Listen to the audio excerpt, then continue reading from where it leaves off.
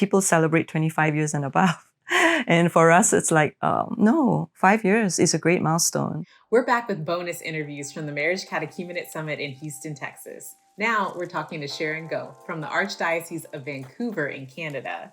She talks about the landscape of marriage in Canada and how she, as a part of the Archdiocese, helps both couples and parishes. And remember, this interview and all the others will culminate into a mini documentary about the summit. So take it away, Sharon.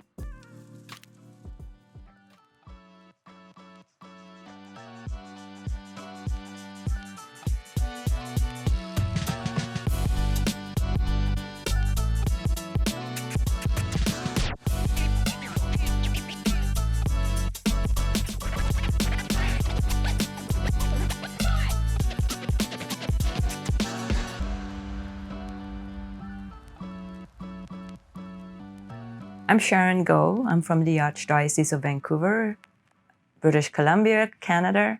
I am a coordinator for the Marriage and Family Ministries and Outreach Office.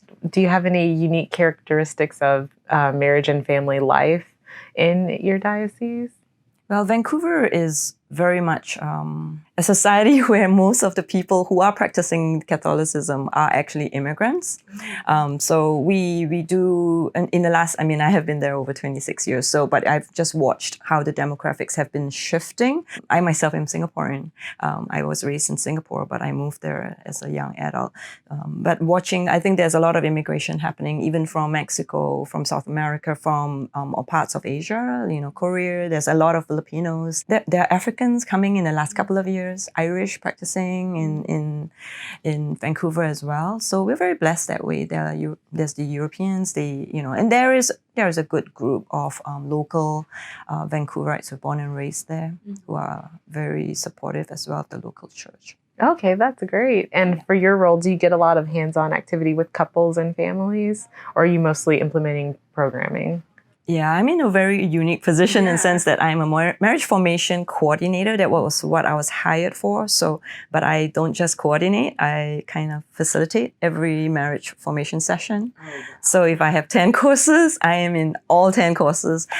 So I will be kind of, I present some, but I do introduce experts in their field to share their expertise and wisdom. So we will bring in a psychologist, a counselor, we will bring in a financial advisor, we'll bring in, we have fertility health awareness, and we're very blessed that we have 4 different methods of natural family planning that we teach in our diocese. So depending on your personality type, you might be attracted to a certain way of teaching, the scientific way of teaching natural family awareness. So very gratifying for them to feel supported and to see us, meet us, and then they go back to their parishes because we have one diocesan marriage prep. So parishes very seldom do their own private marriage prep. Oh, that's great. So I guess it's the gift and the curse. Whatever you implement is what happens, but you still have to kind of run things the way that you see fit. So coming to this summit, what are you kind of taking from the conversations, knowing what you hope to bring back to your diocese? I think coming out from the World Meeting of Families last year, Sister John Mary and I and one more of my teammate, Megan, we really felt that to focus on accompaniment. We have such a short time, 6 weeks, 12 weeks with a couple preparing for marriage is not enough. And of course, now the Vatican is recommending us to have a year and a half to journey with them. So we are still really praying how that would look like. But what we can do. And for me, I love to really focus on beyond the wedding day to make sure that they feel confident, to make sure that they can come back to us. Because I think the first couple of years could be it's fun. Could be challenging. It could be, like, wow, this is the real thing, right? I think in one of Witness to Love videos, they talk about, we'll teach you to swim, but now you really get into the water, right? And it's a whole different ball game. So I think we as a diocese, we want to focus on accompaniment as well. The attachment will come from the mentor couples. That will be way more personal. Like on our level, we can just give them a bit more content, and just assure them the church wants to be relevant. Continue to build on that so that when they become parents, they will come back and, do parenting courses with us, which Sister John Mary is the one in charge of the parenting courses. I think the key is accompaniment. I mean, for strong marriages, because they've already made their choice. And so we want them to feel like they are not alone, and they shouldn't be. They need to feel the community is behind them, the parish is behind them, or their mentor couples are behind them. I like that you're not focusing on, but you're talking about that first few years of marriage afterward, when people really start to understand, oh, this is who I am that I didn't know who I was, or this is who my spouse is that I didn't realize they were like this. What have you seen, maybe even from the summit, or what do you already do in your diocese that helps them work through that or come to you for resources? You have such a narrow window to connect with them. So during the marriage formation, you have to do your best to make them feel like you see them, you hear them, and know their struggles. So for example, we have a couple sharing a testimony during our marriage formation, and in their faith journey, in their marriage journey, they share about their miscarriages or the loss of a child.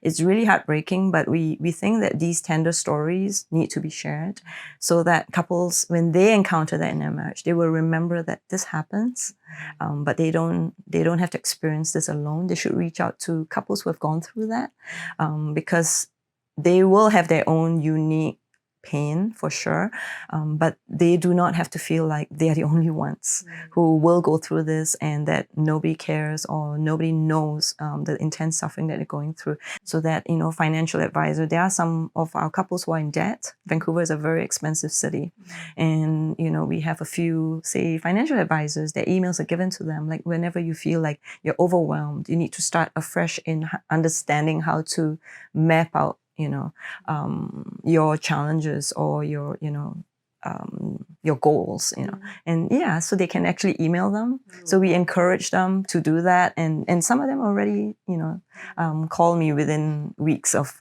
getting married. Just say, can I have that advisor's name again, or can I contact this person? And sometimes they want them to be their mentor couple, So I think we are trying to build relationship. So I think relationship is the key to marriage and family life. Okay, and that's definitely like the hope, and the more accompaniment and more resources. It seems like you already have a great community that you're building. We are always in the process of building. There are some very generous couples, for sure. And so for example, the anniversary mass, we just realized now coming here that people celebrate 25 years and above. And for us, it's like, no, 5 years is a great milestone. In fact, sometimes we have those in their first year anniversary do the gifts, for us during the anniversary mass, because they need to see these couples around them and to be inspired. Because if all of them were celebrating 25, 30, these are the ones who made it, which is great. But what happened to those, up to 25? So I think we have always felt like we have to take care of, I call them the little ones, but we are all in this journey together, and they inspire me constantly.